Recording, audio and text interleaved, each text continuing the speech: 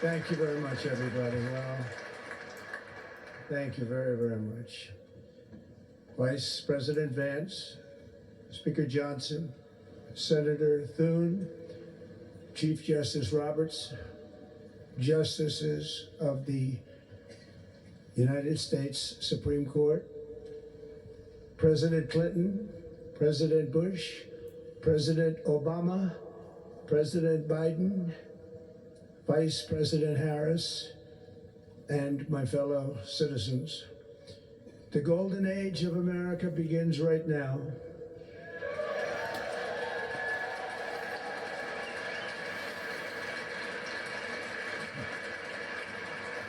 From this day forward, our country will flourish and be respected again all over the world. We will be the envy of every nation, and we will not allow ourselves to be taken advantage of any longer. During every single day of the Trump administration, I will very simply put America first.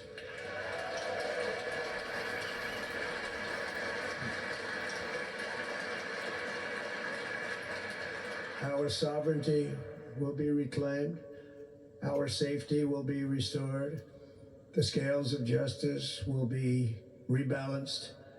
The vicious, violent, and unfair weaponization of the Justice Department and our government will end.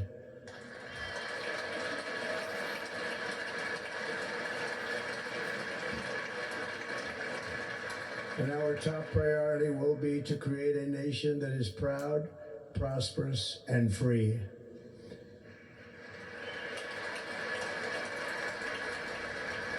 America will soon be greater, stronger, and far more exceptional than ever before.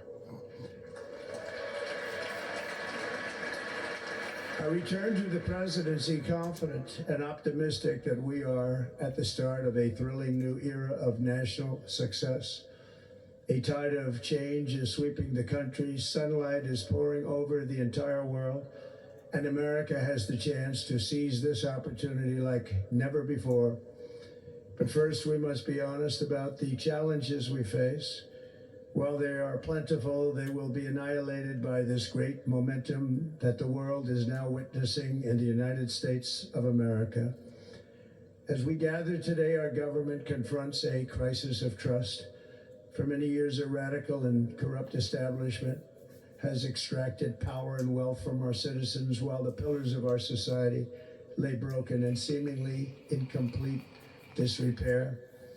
We now have a government that cannot manage even a simple crisis at home, while at the same time stumbling into a continuing catalog of catastrophic events abroad. It fails to protect our magnificent, law-abiding American citizens, but provides sanctuary and protection for dangerous criminals, many from prisons and mental institutions that have illegally entered our country from all over the world. We have a government that has given unlimited funding to the defense of foreign borders, but refuses to defend American borders or, more importantly, its own people. Our country can no longer deliver basic services in times of emergency, as recently shown by the wonderful people of North Carolina, been treated so badly.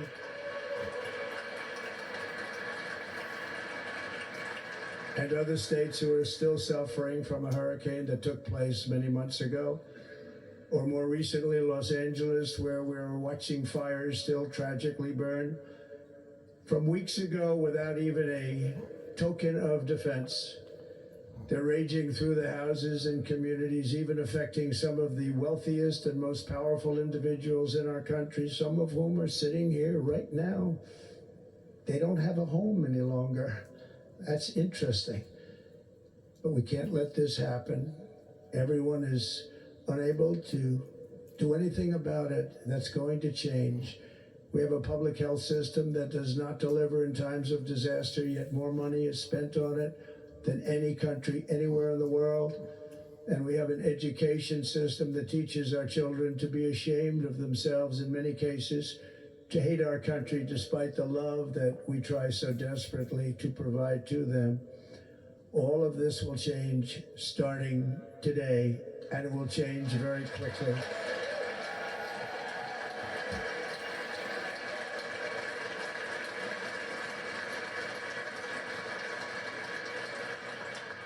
My recent election is a mandate to completely and totally reverse a horrible betrayal and all of these many betrayals that have taken place, and to give the people back their faith, their wealth, their democracy, and indeed their freedom.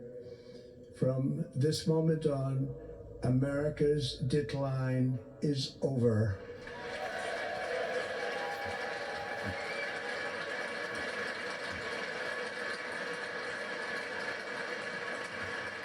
Our liberties and our nation's glorious destiny will no longer be denied, and we will immediately restore the integrity, competency, and loyalty of America's government.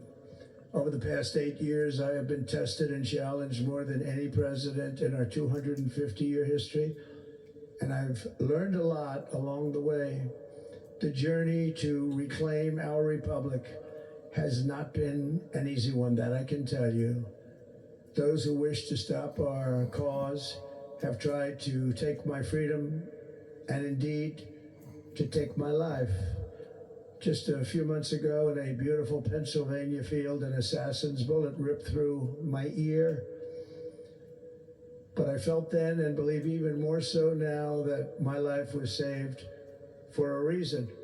I was saved by God to make America great again.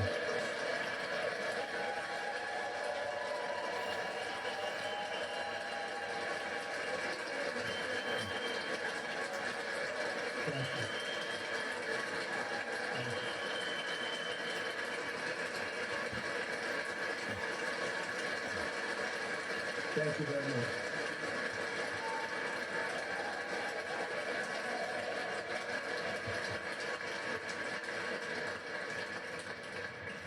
That is why each day under our administration of American patriots, we will be working to meet every crisis with dignity and power and strength. We will move with purpose and speed to bring back hope, prosperity, safety, and peace for citizens of every race, religion, color, and creed.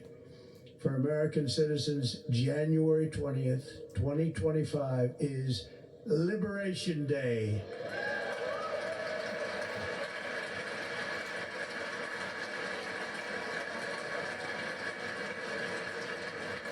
It is my hope that our recent presidential election will be remembered as the greatest and most consequential election in the history of our country.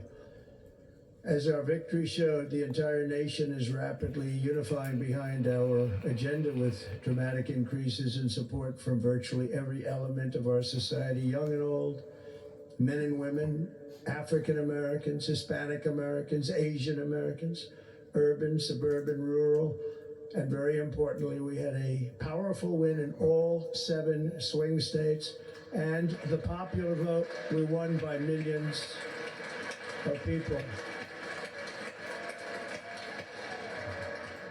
To the Black and Hispanic communities, I want to thank you for the tremendous outpouring of love and trust that you have shown me with your vote. We set records, and I will not forget it. I've heard your voices in the campaign, and I look forward to working with you in the years to come.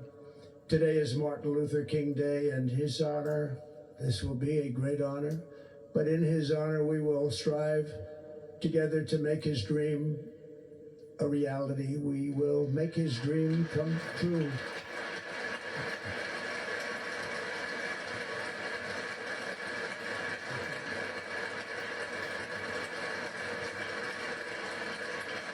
Thank you.